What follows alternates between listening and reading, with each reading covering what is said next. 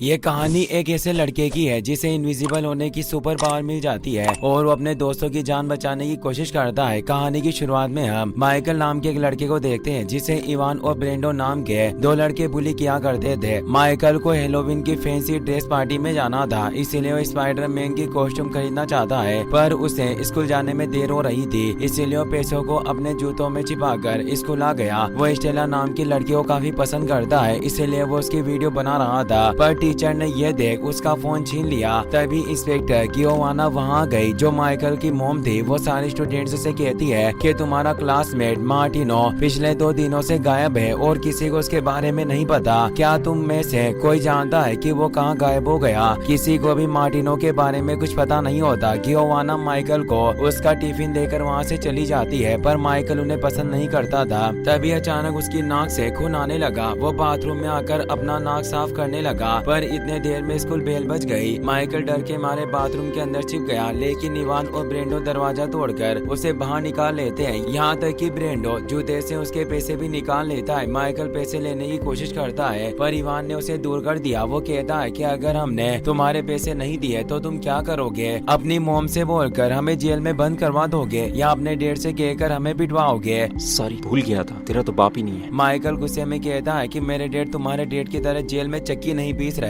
Ivan को इससे बहुत ही ज्यादा गुस्सा आया और वो माइकल पर हमला करके उसे नीचे गिरा देता है। वो कहता है कि मेरे डैड आज जेल से निकलने वाले हैं। खैर, मैं तुम्हें 10 सेकंड का वक्त दे रहा हूँ, अगर तुम यहाँ से नहीं भागे तो मैं तुम्हें बहुत पीटूंगा। माइकल वहाँ से भागने की कोशिश करता है, पर इवान ने पेंट गन से शूट करके उसे नीचे गिरा दिया। वो सबके सामने उसका मजाक उड़ाते हैं। सारे स्टूडेंट्स माइकल की हालत देखकर उस पर हंसने लगे। माइकल निराश होकर घर चला जाता है। उसे स्टेला को इम्प्रेस करना था और वो कंप्यूटर पर उसकी फेसबुक प्रोफाइल देखने लगा। स्टेला ने अपने घर पर फैंसी ड्रेस पार्टी रखी थी और माइकल भी उसमें हिस्सा ले लेता है, पर उसके पास कोई कॉस्ट्यूम नहीं थी और उसके पैसे भी जा चुके थे, इसीलिए वो अपनी सेविंग्स के पैसे लेकर एक पुरानी शॉप पर चला गया। उन पैसे से उसे एक चाइनीज सुपर हीरो की कॉस्ट्यूम मिलती है। गियोवाना मार्टिनो के गायब होने का राज पता लगाने की कोशिश कर रही थी। कुछ वक्त पहले मार्टिनो के नंबर से उसके दोस्तों को एक वीडियो आती है जिसमें वो घर छोड़कर जाने की बात कर रहा था, पर गियोवाना को समझ नहीं आता कि आखिर क्लास का सबसे होनहार स्टूडेंट अचानक घर छोड़कर क्यों जाएगा। ये सब सोचते हुए वो अपने घर आ गई। माइकल अपने कॉस्ट्यूम को लेकर काफी उदास था। गियोवाना कहती है कि तुमने इतने पैसे खर्च करके इस कॉस्ट्यूम को खरीदा है, मैं यकीन के साथ कह सकती हूँ कि सब लोगों को तुम्हारी ये कॉस्ट्यूम पसंद आएगी। दरअसल माइकल ने गियोवाना को नहीं बताया कि उसके क्लासमेट ने उसके पैसे छीन लिए। यहाँ तक कि वो उसे ये भी नहीं बताता कि उसके क्लासमेट उसे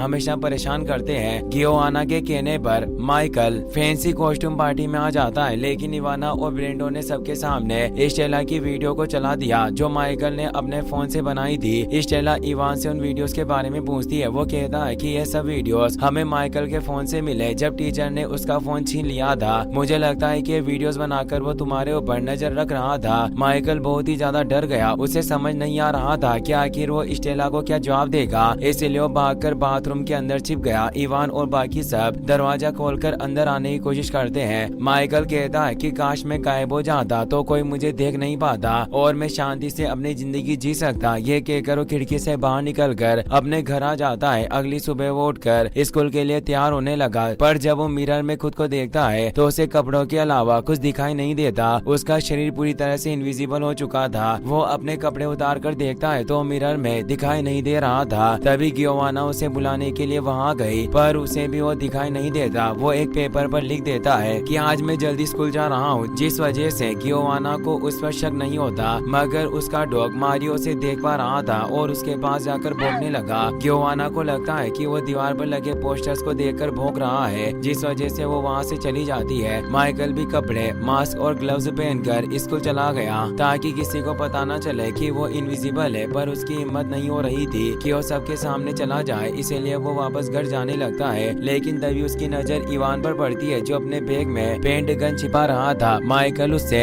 बदला लेना चाहता था। वो कपड़े उतार कर क्लास में चला गया। दूसरे खड़े एक अंधे आदमी को माइकल के बारे में पता चल गया था। इवान ईयरफोन लगाकर गाने सुन रहा था। माइकल उसकी गन लेकर टीचर को शूट करके उसके हाथ में पकड़ा देता है, जिससे टीचर को लगता है कि इवान ने उसे शूट किया। टीचर उसकी शिकायत उसके डैड से कर देती है, जिससे गुस्सा होकर इवान के डैड उसे पकड़कर घर ले गए। इवान अपनी इनविजिबल पावर पावर का फायदा उठाकर ब्रेंडो के पास चला गया। वो टेनिस फाइनल में था पर माइकल उसके पीछे आकर उसे छूने लगता है, जिस वजह से वो इतना डर गया कि ठीक से खेल नहीं पाता और फाइनल में हार गया, जिस वजह से ब्रेंडो के पापा उसे बहुत सुनाते हैं और वहाँ से चले जाते हैं। माइकल फिर भी ब्रेंडो का पीछा नहीं छोड़ता और उसे डराकर वहाँ से भगा देता है। गर्ल स्टूडेंट्स अपनी ट्रेनिंग के बाद नहाने के लिए जा रही थी। माइकल के दिमाग में खुरापाती आइडिया आता है और वो भी लड़कियों के बाथरूम में चला गया। वो लड़कियों को छोटे कपड़ों में देखकर बहुत खुश था, लेकिन तभी एक लड़की उसके ऊपर कपड़ा डाल देती है और उसी वक्त उसकी इनविजिबल पावर ने काम करना बंद कर दिया। जब लड़कियां उसके ऊपर से कपड़ा उठाती है तो सब उसे देख पा रहे थे। लड़कियां उसे देखकर डर के मारे चिल्लाने लगी। माइकल की इस हरकत की वजह से स्कूल वालों ने गियोवाना को वहाँ बुलाकर सारी चीजें बताई। गियोवाना माइकल को समुद्र किनारे लाकर पूछती है कि आखिर तुम लड़कियों के बाथरूम में बिना कपड़ों के क्या कर रहे थे। माइकल उसे अपनी इनविजिबल पावर के बारे में बताना चाहता था पर वो नहीं जानता था कि इनविजिबल पावर का पता चलने के बाद गियोवाना कैसा बर्ताव करेगी, जिस वजह से उसने कुछ नहीं बताया। दोबारा उसके नाक से खून आने लगता है पर गियोवाना ने उसे साफ कर दिया। तभी उसे कॉल पर पता चलता है कि ब्रेंडो भी अपने घर से गायब हो गया है। वो माइकल को लेकर दोबारा स्कूल चली गई। पुलिस साइकोलॉजिस्ट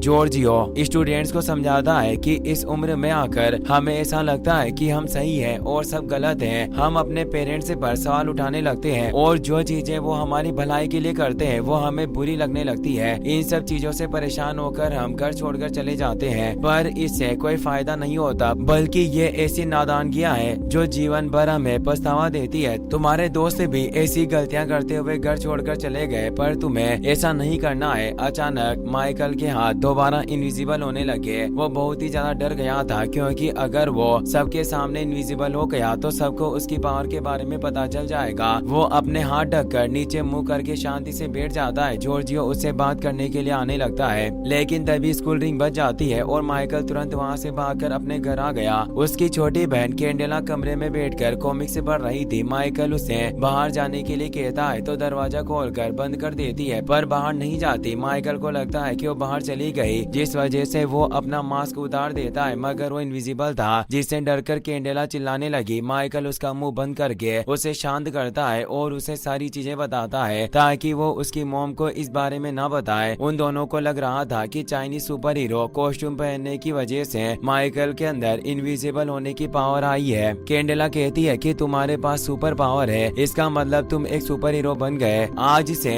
तुम्हारा नाम इनविजिबल बॉय होगा और अपनी इस पावर से तुम किसी की भी मदद कर सकते हो। पर माइकल खुद को सुपर हीरो नहीं बल्कि एक लूजर समझता था। वो शांति से बैठकर कॉमिक से पढ़ने लगा। गियोवाना उसके कमरे में आने लगती है पर माइकल कपड़े उतारकर इनविजिबल हो गया। गियोवाना को अपनी माँ का फोन आता है। गियोवाना उन्हें कहती है कि आजकल माइकल काफी अजीब बर्ताव कर रहा है और मुझे बिना बताए कहीं गायब रहने लगा है। कहीं ऐसा तो नहीं कि उसे पता चल गया हो कि मैं उसकी असली माँ नहीं हूँ और मैंने उसे गोद लिया था। माइकल ने यह सब बातें सुन ली और उसके पैरों तले से जमीन खिसक गई। वो पहले ही क्लासमेट को परेशान करने से डिप्रेस्ड था। माइकल मन हल्का करने के लिए समुद्र किनारे आकर झूला झूलने लगा। स्टेला पास से गुजर रही थी। झूले को अपने आप हिलते देख वो हैरान रह गई पर वो डरती नहीं और दूसरे झूले पर बैठ जाती है। माइकल जमीन पर एक स्माइल फेस बनाता है और दोनों झूला झूलने लगे। स्टेला कहती है कि मेरे ज्यादा दोस्त नहीं है तो क्या तुम मुझसे दोस्ती करोगे। मेरी मॉम कहती है कि मैं अनजान लोगों से बात नहीं कर सकती पर मैं तुमसे दोस्ती करना चाहती हूँ। माइकल उसका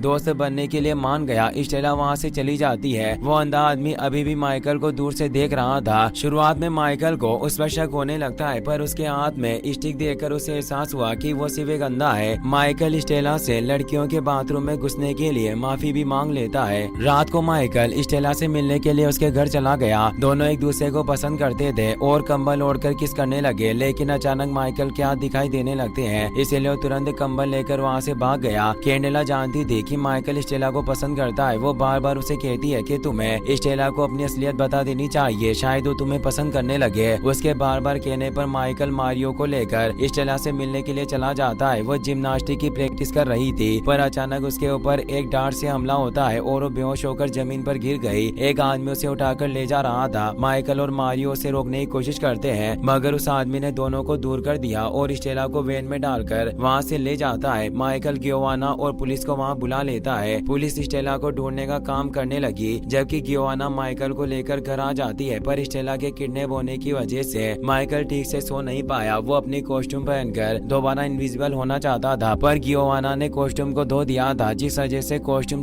वो बताता है कि आपको फिक्र करने की जरूरत नहीं, भले ही माइकल हमारे हाथ से निकल गया पर हमने स्पेशल नताशा का पता लगा लिया है, वो मोरेको में छिपी है। इससे येलेना खुश हो गई। फिर हम पास का सीन देखते हैं जब आंद्रे माइकल को लेकर सीक्रेट बेस से भाग रहा था। उसके बैग में उसकी बेटी नताशा होती है, जिसके बारे में उसने माइकल को कुछ नहीं बताया। इसी के साथ ये मूवी यहीं पर खत्म हो जाती है।